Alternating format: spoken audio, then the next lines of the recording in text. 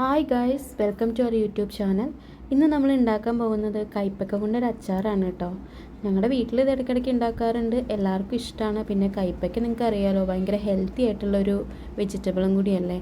അപ്പോൾ നമ്മുടെ വീടിൻ്റെ പിന്നാമ്പുറത്ത് ഒരു കൈപ്പക്ക ചെടിയിൽ കുറച്ച് കൈപ്പക്ക ഉണ്ടായിരുന്നു. അപ്പോൾ ഞങ്ങൾ അത് വെച്ചിട്ട് എങ്ങനെ അച്ചാർ ഉണ്ടാക്കാമെന്ന് കാണിച്ചു തരാം കേട്ടോ. അപ്പോൾ അതിനായിട്ട് നമുക്ക് കൈപ്പക്ക കുറച്ച് വേവിച്ചെടുക്കണം. അപ്പോൾ വേവിച്ചെടുക്കാനായിട്ട് കുറച്ച് വെള്ളം വെച്ചിട്ടുണ്ട്, അതിൽ കൈപ്പക്ക ഇട്ടു. പിന്നെ അതിനുശേഷം കുറച്ച് മഞ്ഞൾപ്പൊടി ഉപ്പ് ഇട്ടിട്ടാണ് നമ്മൾ കൈപ്പക്ക വേവിക്കാനായിട്ട് വെച്ചത് കേട്ടോ. അപ്പോൾ കൈപ്പയ്ക്ക നന്നായിട്ട് വേവട്ടെ. അപ്പോൾ ആ ഗ്യാപ്പിൽ നമുക്ക് അതിന് വേണ്ട ബാക്കി കാര്യങ്ങളൊക്കെ ചെയ്യാം കേട്ടോ.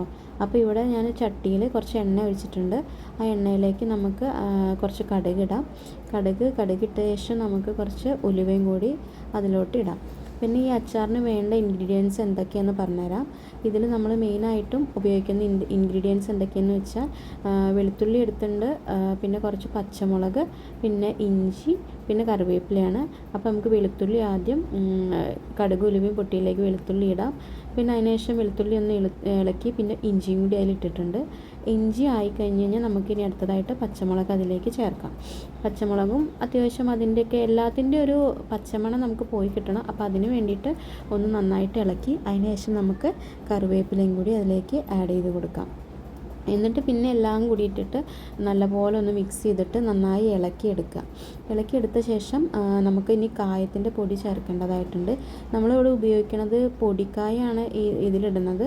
അപ്പോൾ അത് പൊടിക്കായം കുറച്ച് കായം അതിലേക്ക് ആഡ് ചെയ്യാം. പിന്നെ ഇതിൽ 2 സ്പൂൺ മുളക് പൊടിയാണ് ഇട്ടിരിക്കുന്നത്. ആദ്യം 1 സ്പൂൺ ഇട്ട്, ഇതിപ്പോൾ 2ാമത്തെ സ്പൂണും കൂടി അതിലേക്ക് ഇട്ട് കൊടുത്തു. പിന്നെ കുറച്ച് അതിലേക്ക് വേണ്ട ഉപ്പും കൂടി നമുക്കിട്ടിട്ട് ഇളക്കാം. ഉപ്പിട്ട ശേഷം പിന്നെ നമ്മൾ വിനാഗിരിയാണ് കുറച്ച് ഒഴിക്കുന്നത്. കൈപ്പക്കയിൽ ഒരു പുളിയുടെ ഒരു ഇത് കിട്ടാനും പിന്നെ കേടുവരാതിരിക്കാനും വേണ്ടിയിട്ട് വിനാഗിരി ഇട്ടു. പിന്നെ നമുക്ക് വേവിച്ച് വെച്ച കൈപ്പക്ക അതിലേക്ക് ഇട്ട് കൊടുക്കാം. പിന്നെ നമ്മൾ നന്നായിട്ട് ഇത് മിക്സ് ചെയ്തെടുക്കണം. അത്യാവശ്യം എല്ലായിടത്തേക്കും ഈ കൈപ്പക്കയിലേക്ക് എല്ലായിടത്തേക്കും നമുക്ക് ഈ മസാല ഇതിൻ്റെ കൂട്ടെത്തുന്ന പോലെ തന്നെ വേണം നമുക്കിതിലേക്ക് നന്നായിട്ട് ഇതിൽ യോജിപ്പിച്ച് കൊടുക്കുക.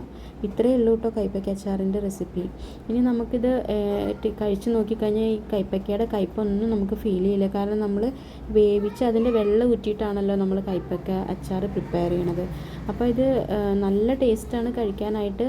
നമ്മളെപ്പോഴും മാങ്ങി നാരങ്ങയൊക്കെ അല്ലേ അച്ചാറായിട്ട് കഴിക്കാറുള്ളത്.